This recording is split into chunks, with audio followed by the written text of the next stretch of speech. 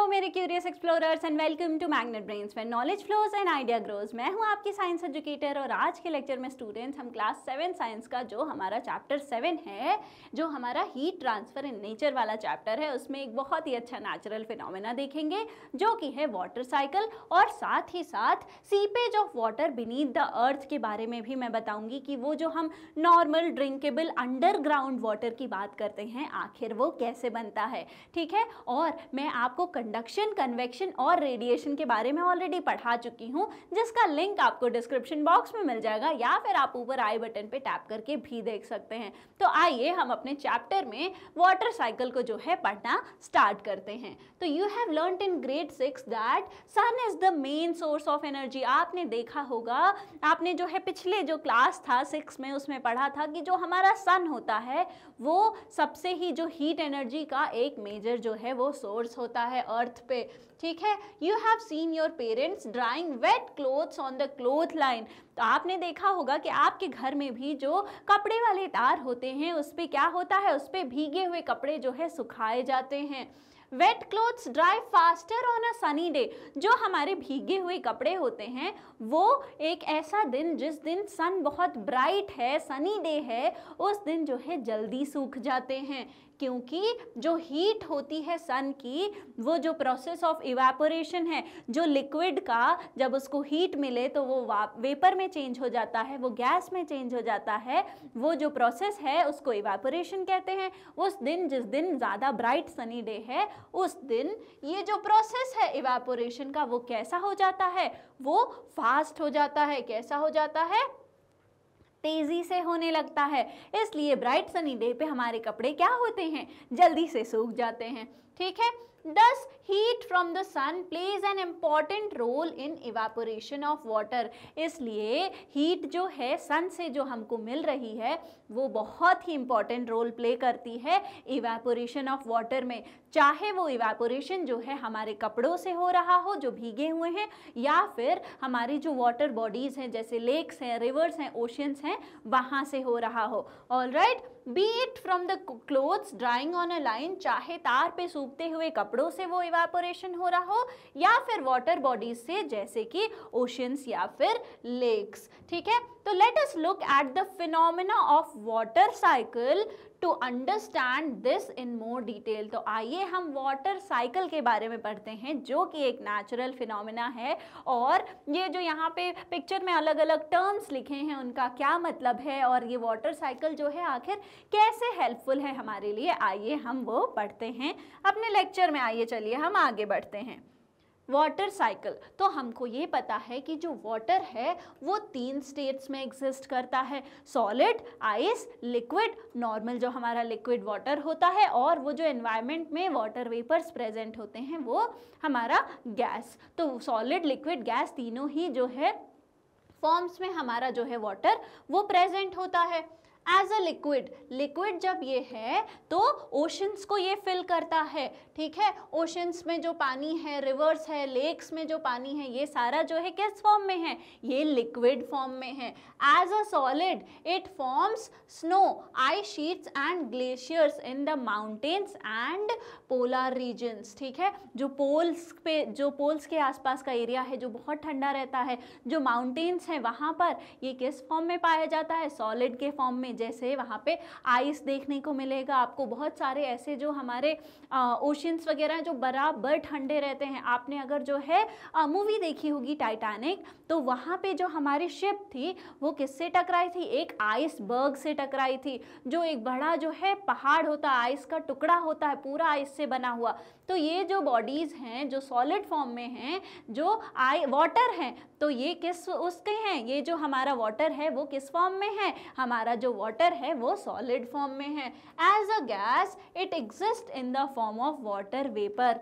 तो अगर गैस की बात करें तो वाटर वेपर जो अर्थ के एटमॉस्फेयर में प्रेजेंट है ये एज अ गैस उस टाइम पे प्रेजेंट होता है। तो सॉलिड, लिक्विड और गैस तीनों ही फॉर्म में प्रेजेंट है।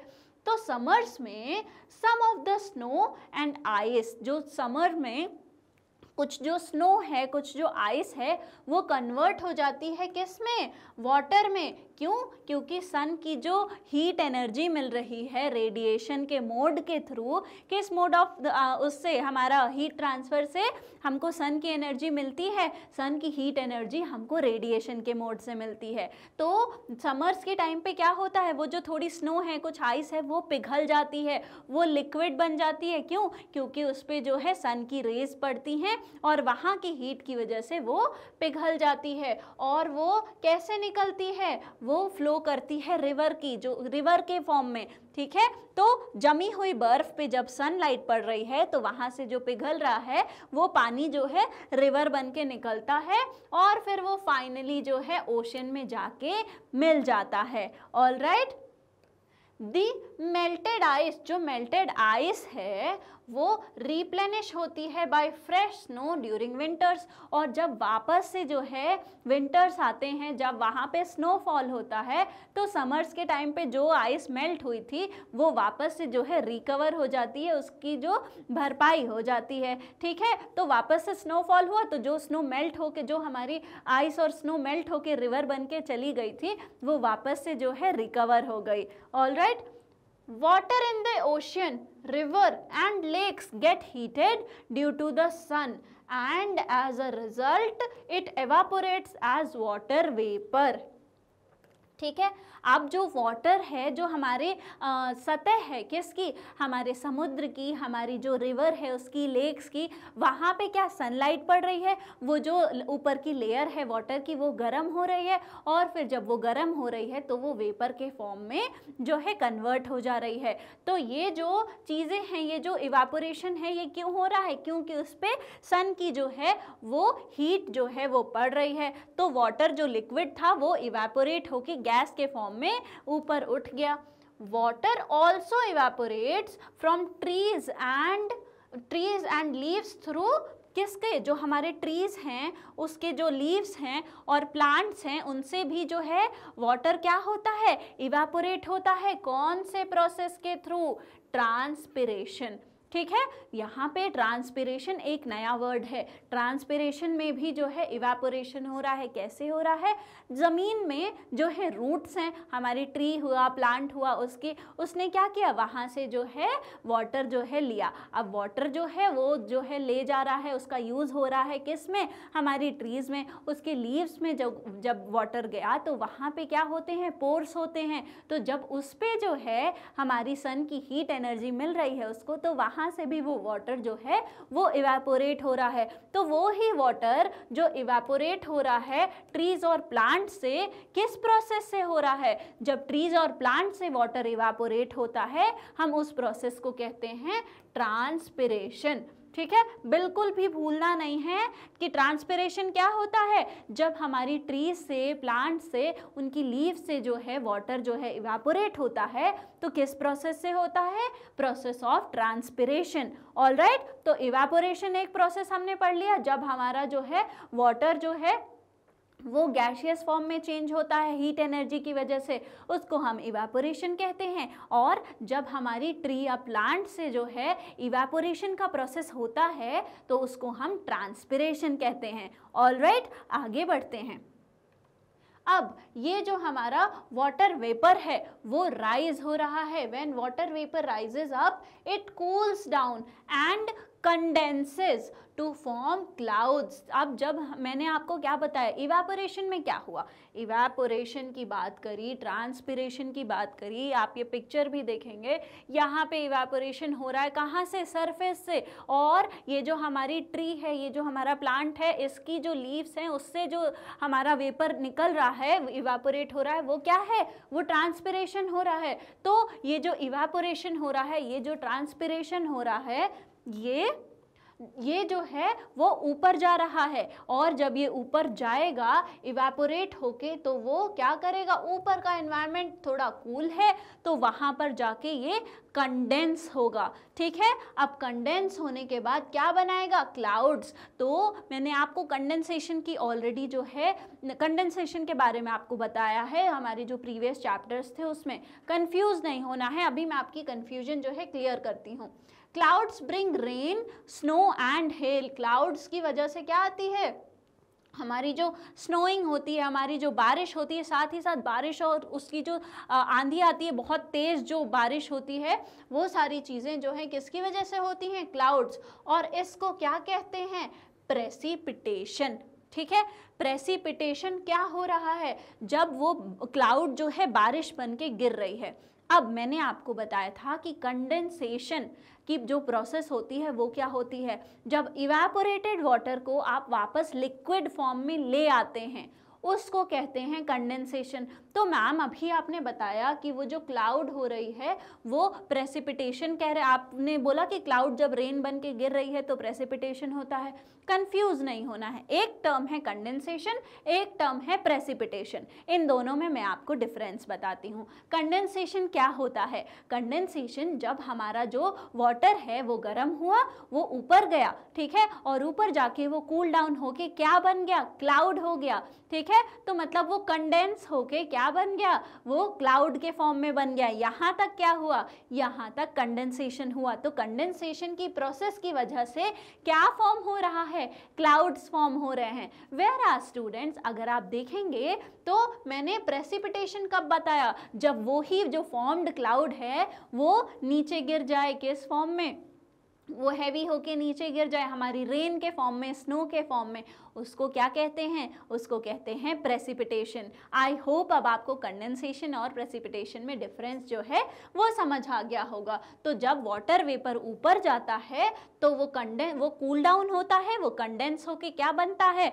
वो कंडेंस होके क्लाउड बनता है, और वो ही क्लाउड से रेन होती है, स्नो होती है और हेल्स फॉर्म होते हैं। और क्लाउड्स जो है वो रेन और स्नो और हेल के फॉर्म में जब नीचे गिरते हैं तो उसी को हम प्रेसिपिटेशन कहते हैं। ऑलराइट, तो हमने क्या क्या देख लिया, हमने देख लिया इन सब में से कंडेंसेशन देख लिया, और हमने प्रेसिपिटेशन देख लिया, हमने ट्रांसपिरेशन देख लिया, और हमने इवेपोरेशन भी देख लिया। तो ये जो चारों चीज़ें जो मेंशन्ड हैं कहाँ पर, हमारी ये फिगर में, फिगर 7.9 में ये चारों चीज़ें हमने देख ली। कंडेंसेशन क्या होता है, प्रेसिपिटेशन क्या होता है, ट्रांसपिरेशन क्या होता है, और इवेपोरेशन क्या होता है, ये चारों चीज़ें हम दिमाग में रख के आइए आगे बढ़ते हैं।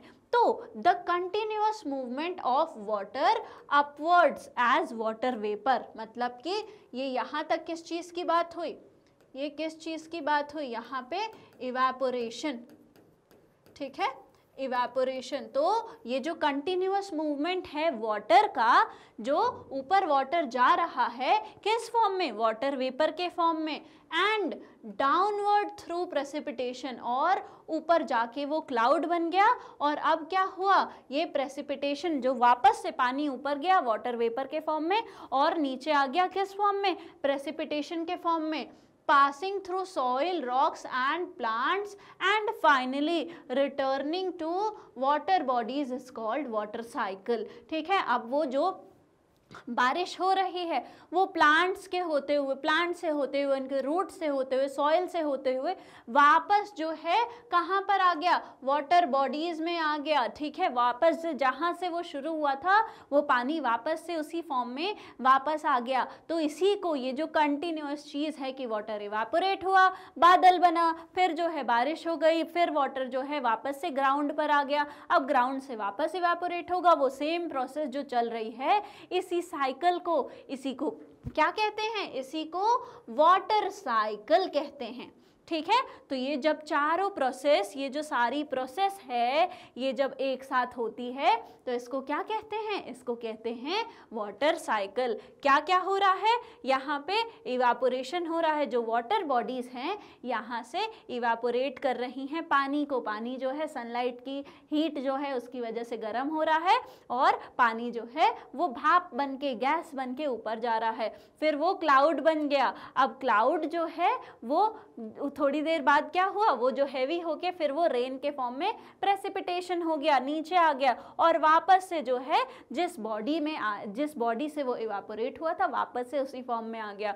तो यही चीज़ें जब एक साथ होती हैं तो कहलाती हैं, यही जो साइकिल जो नेचर चला रही है वो क्या कहलाता है, वो कहलाता है water cycle. Alright, I hope आपको जो है वाटर साइकिल जो है समझ आ गया होगा। तो continuous movement of water upwards as water vapour and downwards through precipitation passing through soil, rocks and plants and finally returning to water bodies is called water cycle. ठीक है, आ गई बात समझ में।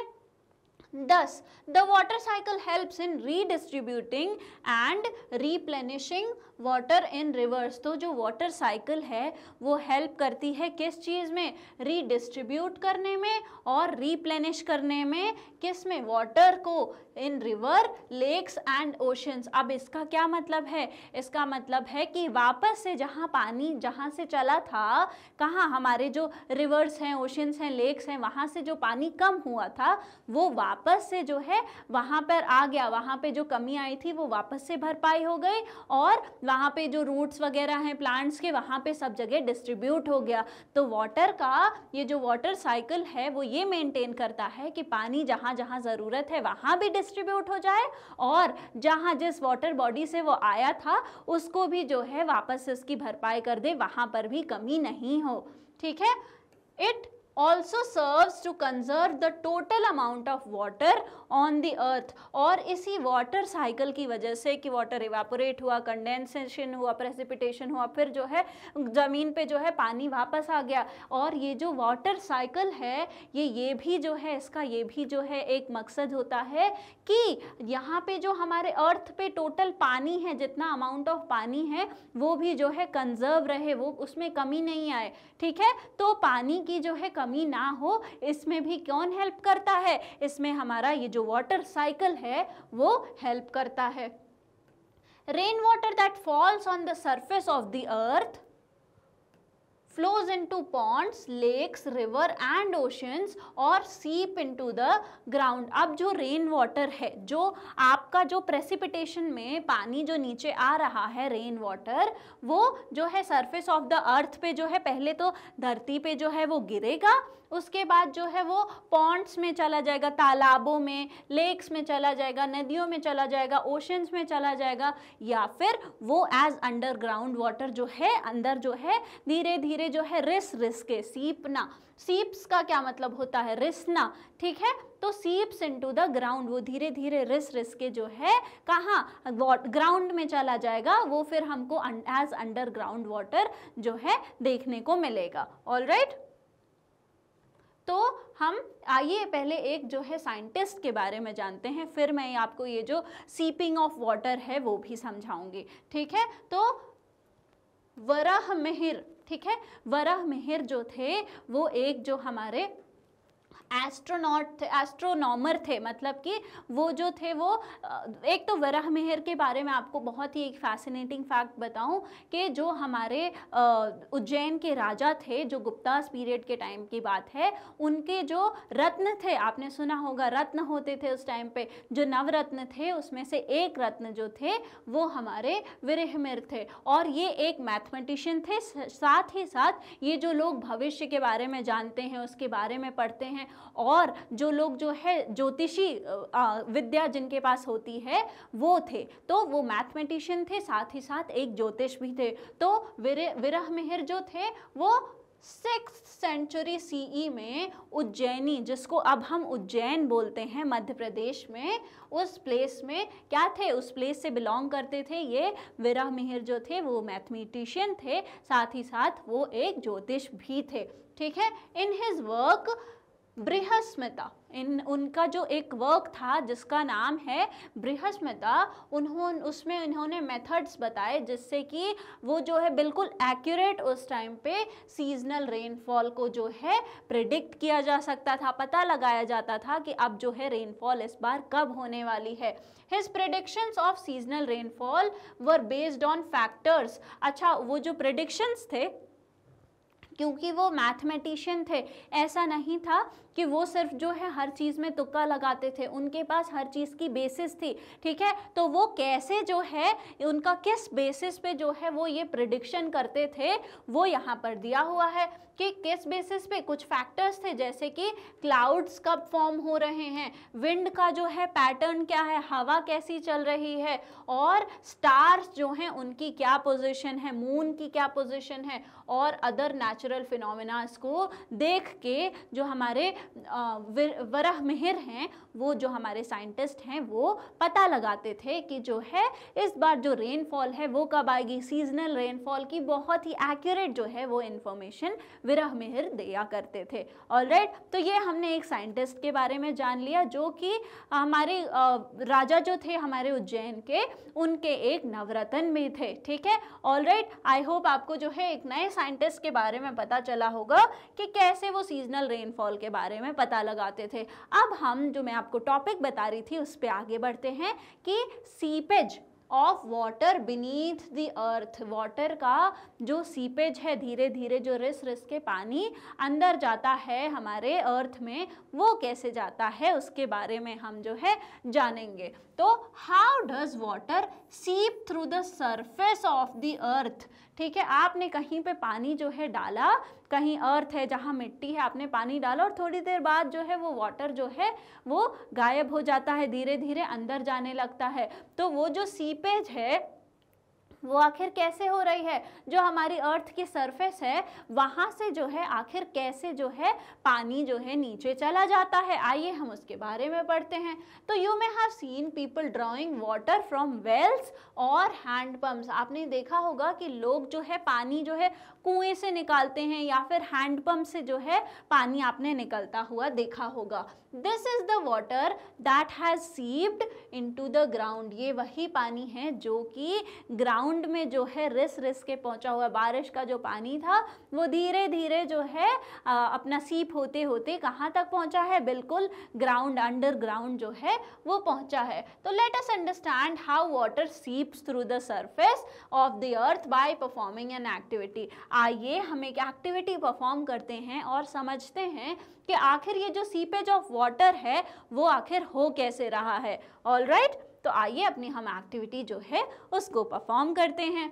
तो एक्टिविटी 7.5 क्या कह रहा है, take 3 transparent used plastic bottles of 1 litre capacity. 1 litre की 3 प्लास्टिक बॉटल लीजिए, उसको काट लीजिए और उसकी जो कैप है उसमें थोड़ा थोड़ा होल कर दीजिए और उसको जो है ऐसे इन्वर्ट करके उल्टा करके रख दीजिए।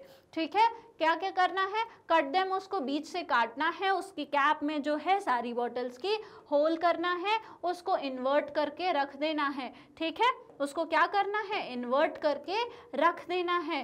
पुट सम क्ले इन 1 बॉटल। अब ये जो तीनों हमारी बॉटल्स हैं, पहले में हम क्या डालेंगे, पहले में हम क्ले डालेंगे, ऑलराइट, दूसरे में हम सैंड डालेंगे और तीसरे में हम ग्रेवल डालेंगे।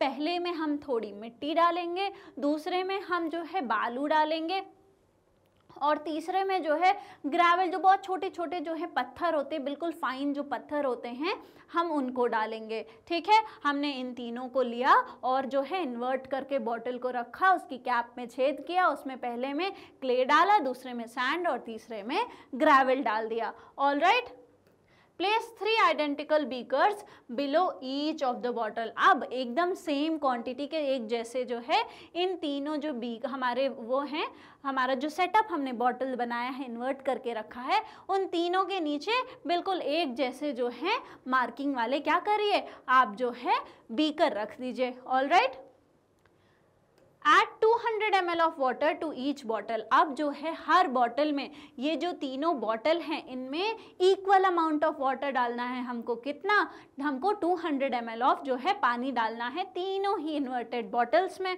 Predict the amount of water flowing out of each bottle. अब वो जो आपने कैप में जो है होल बनाया था, हमको ये प्रिडिक्ट करना है कि उस होल से जो है हर बॉटल से कितना जो है पानी जो है निकल रहा है।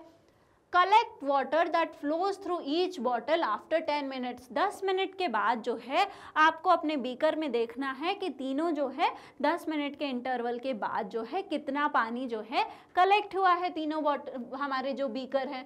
Compare the amount of water that comes through each bottle. अब आपको कंपेयर करना है कि किस में से कितना पानी निकला है, किस में ज़्यादा जो है पानी निकला है और किस में कम निकला है। ऑलराइट, तो ये जो है बॉटल 1, बॉटल 2 और बॉटल 3 में आपको देखना है कि किस में कितना सीपेज हुआ है, किस में बहुत स्लो है, बहुत फास्ट है, या फिर जो आपने पहला प्रेडिक्शन है और दूसरा जो है ऑब्जर्वेशन। तो पहला मैं आपको बताती हूँ, प्रेडिक्शन और ऑब्जर्वेशन दोनों ही।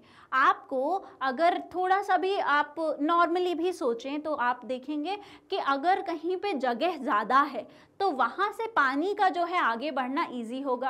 अगर कहीं पे ऐसी बहुत डेंस जगह है जहाँ से जो है पानी का आगे बढ़ना जो है मुश्किल है, तो वहाँ पे पानी धीरे धीरे रिसेगा। इसलिए जो हमारा ग्रेवल है, क्योंकि वो छोटे छोटे पत्थर हैं और उनमें क्या है, पानी जो है थोड़ा ज़्यादा स्पीड से फ्लो होता है, तो उस केस में क्या होगा, उस केस में जो है उसमें जगह बहुत है। ग्रेवल क्योंकि पत्थर है, उनके बीच में स्पेस ज़्यादा है, तो पानी जल्दी से जो है, तो ज़्यादा जो है पानी किस में दिखेगा, ज़्यादा जो है हमको बॉटल 3 में दिखेगा। वेयरएज अगर हम क्ले की बात करें तो वो मिट्टी कैसी है, क्ले जो है उसमें कम जगह है मिट्टी के बीच में, तो वहाँ से पानी बहुत धीरे धीरे रिस के आएगा, इसलिए इसमें वेरी स्लो होगा और इस केस में जो है फास्ट देखने को मिलेगा। ऑलराइट, तो do your findings match with your prediction? क्या आपकी जो ऑब्जर्वेशन है वो आपकी प्रेडिक्शन से मैच कर रही है? यू मे हैव ऑब्जर्व्ड, आपने देखा होगा कि वाटर सीप्स फास्टेस्ट थ्रू ग्रेवल। जो ग्रेवल है उसके थ्रू वाटर जो है वो सबसे जल्दी जो है वो निकल के आ गया। Slower through sand and slowest through clay. तो जो वाटर है वो ग्रेवल के थ्रू सबसे जल्दी आ गया और फिर धीरे धीरे आया किसके थ्रू, हमारे सैंड के थ्रू, और सबसे धीरे आया किस केस में, हमारे जो है क्ले के केस में। आखिर ऐसा क्यों हुआ? तो आप एक मोमेंट लीजिए और सोचिए। अभी मैंने आपको बताया था कि आखिर ऐसा क्यों हुआ, और फिर हम अपने लेक्चर में जो है आगे बढ़ते हैं। तो आखिर ऐसा क्यों होता है? ऐसा इसलिए होता है क्योंकि वो जो ग्रेवल वाला हमारा क्ले था, वो जो हमारा ग्रेवल वाला बॉटल था, उसमें स्पेस ज़्यादा थी। दो जो पार्टिकल्स हैं उसके बीच में स्पेस क्या थी, स्पेस ज़्यादा थी। तो the spaces between gravel particles are wider when compare to those in sand and clay. तो जो स्पेस थी वो क्या थी, वो ज़्यादा थी। अगर आप कंपेयर करेंगे किस में, क्ले में और सैंड में, किस में ज़्यादा स्पेस थी, ग्रेवल में। तो अगर स्पेस ज़्यादा होगी तो पानी को नीचे जाने का जो है वो जगह ज़्यादा मिलेगी, इसलिए फटाफट से जो है पानी वो हमारे थर्ड बॉटल में नीचे चला गया था। Hence, water can seep through the gravel more easily, इसलिए क्योंकि स्पेस ज़्यादा है तो वाटर जो है easily मूव कर पा रहा है। In this way, water seeps beneath the surface of the earth। और बिल्कुल इसी तरीके से अर्थ में जो है वाटर वो धीरे धीरे सीप करके आगे जो है बढ़ता रहता है। तो this process of surface water seeping through soil rocks is called infiltration. ठीक है, अंदर की तरफ फिल्टर हो के वाटर जो है जा रहा है, तो वो प्रोसेस जिसके थ्रू जो हमारा सरफेस का वाटर है वो सीप करके कहाँ जा रहा है, सॉइल्स के थ्रू सीप करके, रॉक्स के थ्रू सीप करके जो है कहाँ जा रहा है, हमारी अंडरग्राउंड जा रहा है। उस प्रोसेस को क्या कहते हैं, उस प्रोसेस को इनफिल्ट्रेशन कहते हैं। तो the process of surface water seeping through soil and rocks is called infiltration.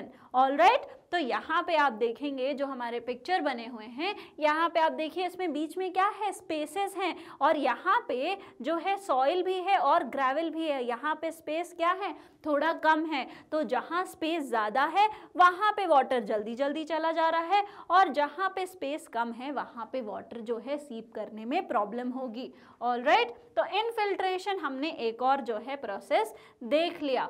तो we can infiltrate more red, water can infiltrate more readily. Water जो है जल्दी जो है इनफिल्ट्रेट करेगा, आगे बढ़ेगा in spaces between soil and rock particles are wider and interconnected. तो अगर जो है वाटर इनफिल्ट्रेट करेगा, अगर जो हमारा सॉइल है या रॉक है उसमें जो स्पेस है वो वाइडर है, तो वाटर जो है वो जल्दी से जो है इनफिल्ट्रेट कर जाएगा।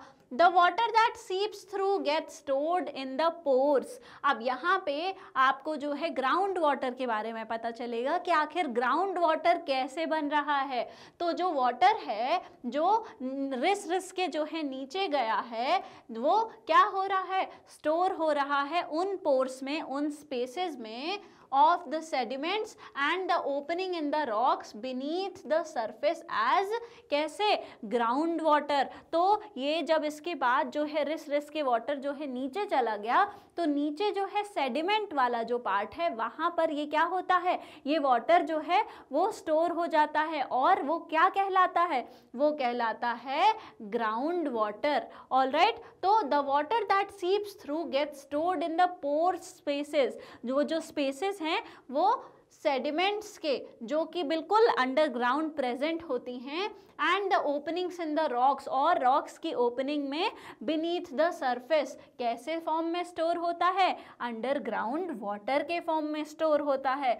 ऑलराइट, और ये जो अंडरग्राउंड लेयर्स हैं ऑफ सेडिमेंट्स एंड रॉक्स जो स्टोर करती हैं वाटर को उनके पोर के स्पेसेस में, उनको कहते हैं एक्विफर्स। ठीक है, तो मैं किसकी बात कर रही हूँ, ये जो सेडिमेंट वाला लेयर है, यहाँ पर जो है जो हमारे स्पेसेस हैं, जो हमारे रॉक्स के बीच में जो पोर्स हैं, वहाँ पर क्या है, वाटर जो है वो देखो इनफिल्ट्रेट हो के आ रहा है। इनफिल्ट्रेशन आपको यहाँ पर दिखेगा, और जो है ग्राउंड वाटर कहाँ पहुँच गया, ग्राउंड वाटर यहाँ पहुँच गया। तो ये जो वाटर है इसको हम ग्राउंड वाटर कहेंगे। और ये जो एक्विफर्स हैं वो क्या हैं, एक्विफर्स क्या होते हैं, जो सबसे लास्ट वाली आपकी ये जो लेयर है, जो आपकी सेडिमेंट लेयर है, जहाँ पर आपके रॉक्स हैं या फिर जो वहाँ पे जो रॉक्स के पोर्स हैं उनमें जो है पानी स्टोर हो रहा है, वो ही क्या है,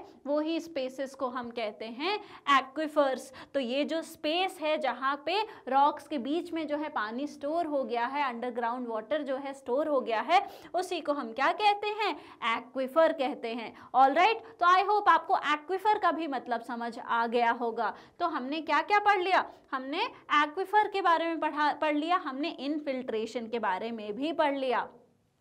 अब students, this is the water we extract by digging wells और drilling bore wells into aquifers. तो जब बोरवेल लगती है, जब हैंडपंप लगता है, या फिर वो जो हमारे कुओं में पानी होता है, ये वो ही पानी होता है जो एक्विफर में स्टोर्ड होता है। Alright, this water may be a few meters to 100 meters below the ground depending on the location. तो ये जो वाटर है हो सकता है वो थोड़ी ही दूरी पर हो कहीं पर, या फिर कहीं बहुत ही ज़्यादा जो है नीचे हो सकता है कोई ऐसी जगह जहाँ पे पानी की कोई कमी नहीं है। ये जो एक्विफर वाला पार्ट है वो बहुत ऊपर ही मिल जाए, लेकिन हो सकता है बहुत सारी ऐसी जगहें हैं जहाँ पे ये एक्विफर जो है बहुत ही ज़्यादा बीनीथ द लेवल ऑफ जो है बहुत ही जो है नीचे रहता है। तो लोकेशन पे डिपेंड करेगा कि आपका जो एक्विफर है, जो एक्विफर वाला लेयर है, वो कहाँ पर प्रेजेंट है।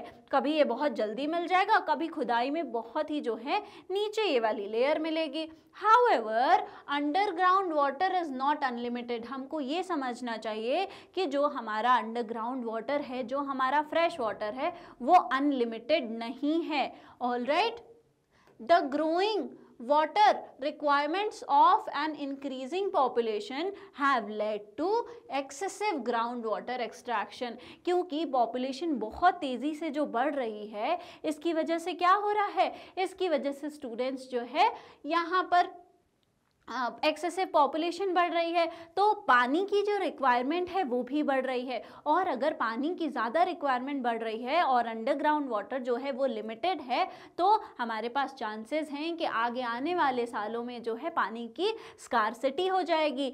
इसलिए हमको बहुत ही जो है थॉटफुल तरीके से जो है पानी को यूज़ करना चाहिए, पानी बिल्कुल वेस्ट नहीं करना चाहिए। Additionally, decreased vegetation cover and increased concrete concrete surfaces in urban areas have limited water infiltration. As a result, groundwater is getting depleted. और इसके साथ ही क्योंकि हमको एक चीज़ ये पता चली कि जो ग्राउंड वाटर है वो अनलिमिटेड नहीं है और पॉपुलेशन भी बढ़ रही है, साथ ही साथ जो वेजिटेशन है, मतलब कि जो अर्बन एरियाज में क्या हो रहा है, ज़्यादा से ज़्यादा जो है लैंड पर घर बन जा रहे हैं, वहाँ पे कंक्रीट की सरफेस आ जा रही है, तो वहाँ से जो है वाटर वो कैसे सीप थ्रू करके नीचे एक्विफर्स तक जाएगा। साथ ही साथ जो है पेड़ पौधे काट दिए जा रहे हैं, तो ऐसी जगहों पे स्टूडेंट्स आखिर वाटर जो है सीप करके अंदर कैसे जाएगा। ऐसी जगह तो फिर अगर कंक्रीट की सरफेस है वहाँ से तो पानी अंदर जाएगा ही नहीं।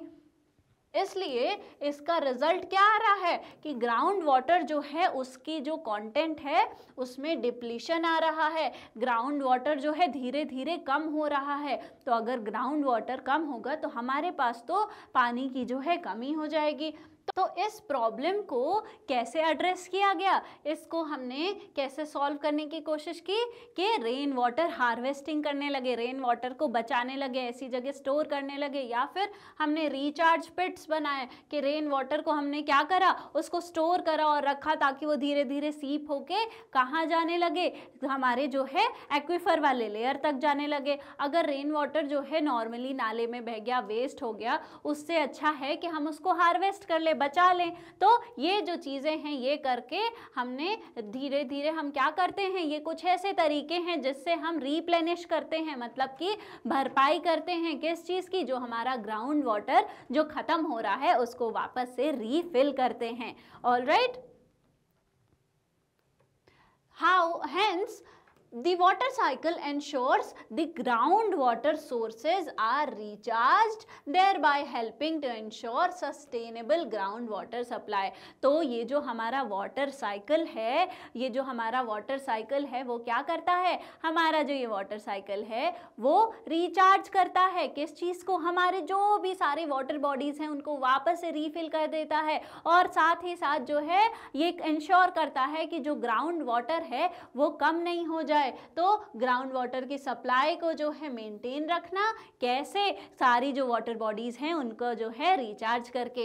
इसलिए वाटर साइकिल बहुत ही एक जो है ज़रूरी प्रोसेस होती है। Since water scarcity makes life difficult, people have developed different ways to conserve water. लोगों ने अलग अलग तरीके जो हैं अपना लिए हैं, क्योंकि वाटर स्कैर्सिटी की वजह से जो है वो ज़िंदगी जो है हमारी रोज़मर्रा की वो डिफ़िकल्ट हो जाएगी, हमारी आने वाली जनरेशन के लिए पानी नहीं बचेगा, और पानी तो बहुत ही ज़रूरी होता है। तो इस स्कार्सिटी को कम करने के लिए ह्यूमंस ने जो है अलग अलग तरीके अपनाना चालू कर दिए हैं।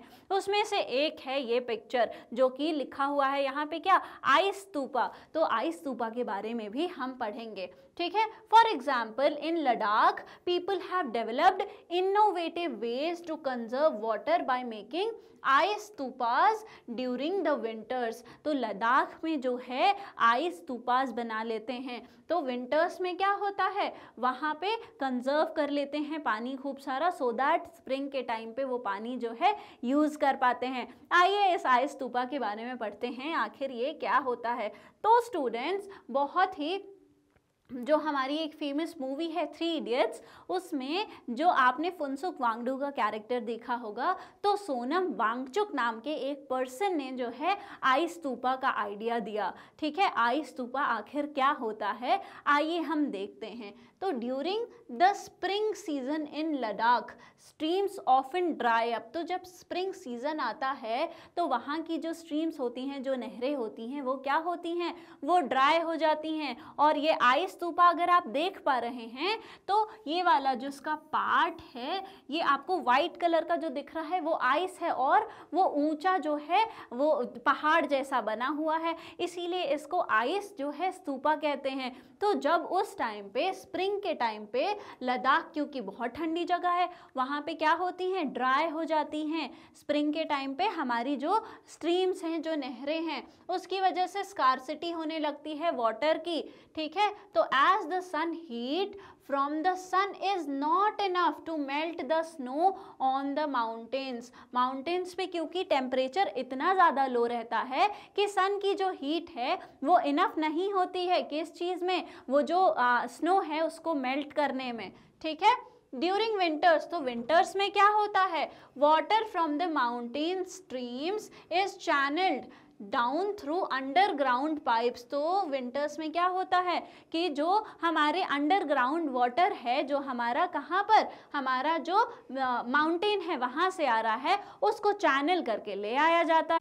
और जब हम उसको चैनल करके ले आते हैं विंटर्स के टाइम पे, क्या हमारा जो पानी है कहाँ से, माउंटेन से, this water is then spread into the cold air, क्योंकि वहाँ पे इतनी ज़्यादा ठंडी जो हवा है उसको हम क्या करते हैं, वहाँ पे उस ठंडी हवा में हम उस पानी को स्प्रे करते हैं। तो बेसिकली समझिए यहाँ पर हुआ क्या, माउंटेन था, वहाँ से हम पाइप से जो है पानी ले आए विंटर्स के टाइम पे, उसको हमने लद्दाख में जहाँ पे बहुत ठंडा मौसम है, बहुत टेम्परेचर कम है, वहाँ पे हमने ठंडी हवा में क्या किया, स्प्रे कर दिया। तो जब पानी आप स्प्रे करेंगे तो वो धीरे धीरे क्या, तुरंत जो है, क्योंकि इतना टेम्परेचर है, वो तुरंत जो है आइस में चेंज होने लगेगा। तो उस वाटर को जो है हमने किस में चेंज कर दिया, आइस में चेंज कर दिया। तो this water is then spread into the cold air, as it falls it freezes due to extremely low temperature. अब जैसे वो गिरता है पानी, उस जो वो हमने माउंटेन से ले आए थे पाइप के थ्रू,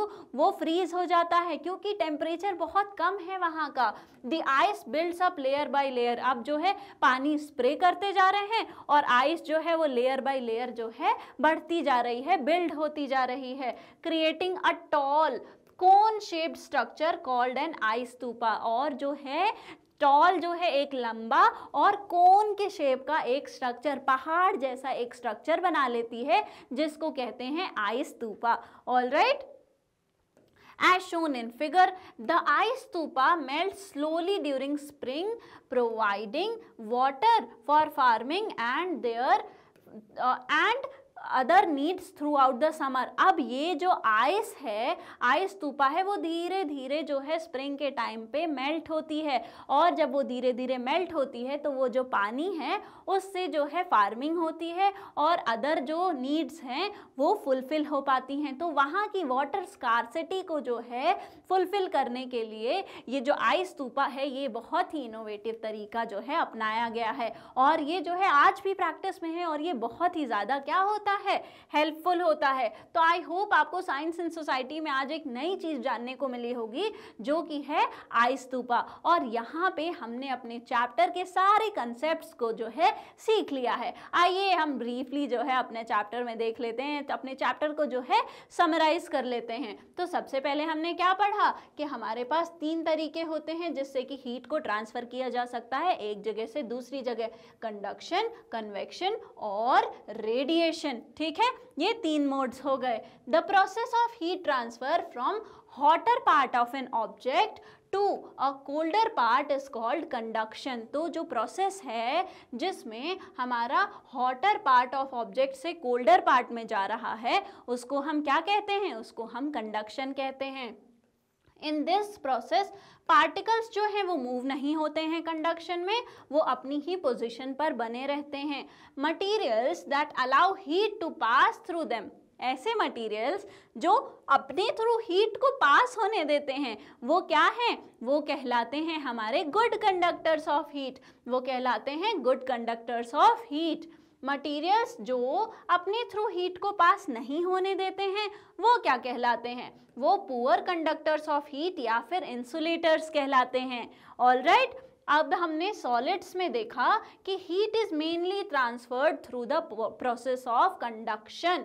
हमने जो प्रोसेस ऑफ कंडक्शन देखा, ये देखा हमने कि हीट में जो है मेन जो है ट्रांसफर ऑफ जो हमारी हीट एनर्जी हो रही है वो कौन से प्रोसेस से हो रही है, कंडक्शन के प्रोसेस से हो रही है। लिक्विड्स और गैसेस में हमने देखा कि जो हीट है वो कन्वेक्शन के प्रोसेस से जो है आगे बढ़ रही है, कन्वेक्शन के प्रोसेस से हीट जो है ट्रांसफर हो रही है, किस में, लिक्विड्स और गैसेस में।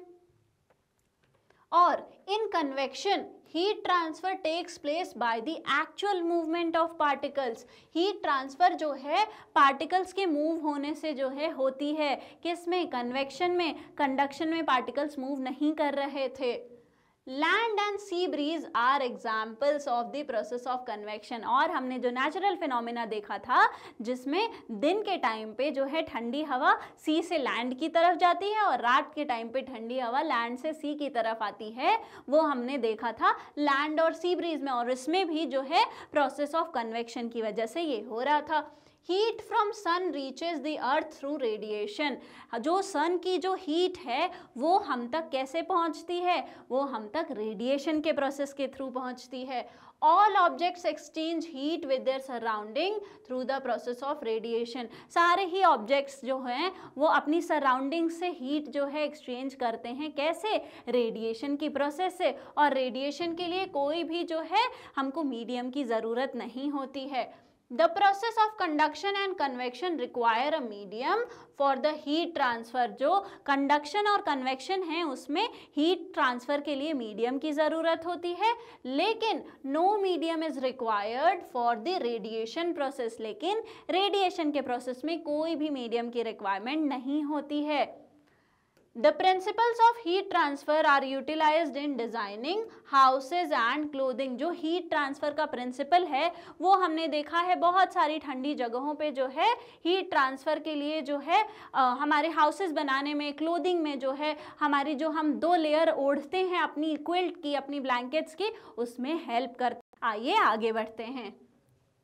नेक्स्ट क्या है, the continuous movement of water upwards as water vapour. ऊपर जो पानी का मूवमेंट है, वाटर वेपर बन के जो जा रहा है पानी, डाउनवर्ड्स थ्रू द प्रेसिपिटेशन, और प्रेसिपिटेशन की प्रोसेस से वापस से रेन के फॉर्म में नीचे आ रहा है। पासिंग थ्रू सॉइल, सॉइल के थ्रू, रॉक्स के थ्रू, प्लांट्स के थ्रू पास होके जो वापस से वाटर बॉडीज में जा रहा है उसको क्या कहते हैं, उसको कहते हैं वाटर साइकिल। ठीक है। The process of surface water seeping through soil and rocks is called infiltration। वो प्रोसेस जिससे कि हमारा जो सरफेस पे जो वाटर आया है रेन के थ्रू वो सीप होके रिस रिस के जो है कहाँ चला जाए, हमारे जो है सॉइल से जो है नीचे चला जाए, बिल्कुल सेडिमेंट वाले लेयर में, उसको क्या कहते हैं, उसको इनफिल्ट्रेशन कहते हैं।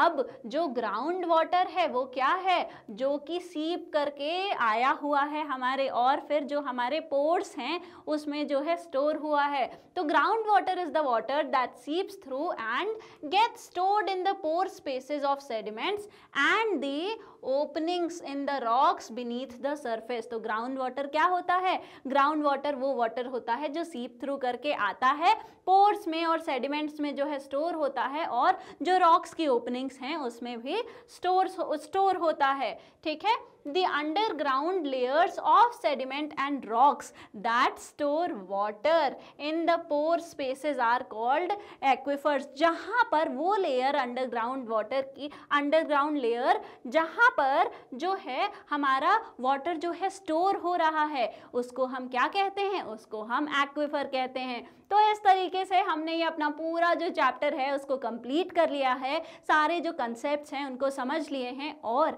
अगर आपको हमारे और भी लेक्चर्स के वीडियोस देखने हैं तो वो बिल्कुल फ्री में अवेलेबल हैं हमारे मैग्नेट ब्रेन्स के यूट्यूब चैनल, हमारे मोबाइल एप्लीकेशन और हमारी वेबसाइट पे। साथ ही साथ हमारे जो अदर टॉप कोर्सेज हैं जो कि इंग्लिश और हिंदी दोनों ही मीडियम में अवेलेबल हैं, वो सब बिल्कुल हाई क्वालिटी में आपके लिए अवेलेबल हैं। तो हमारे इस लेक्चर को ज़्यादा से ज़्यादा शेयर करिए, लाइक करिए, हमारे चैनल को सब्सक्राइब करिए, पढ़ते लिखते रहिए, हंसते मुस्कुराते रहिए। Thank you very much.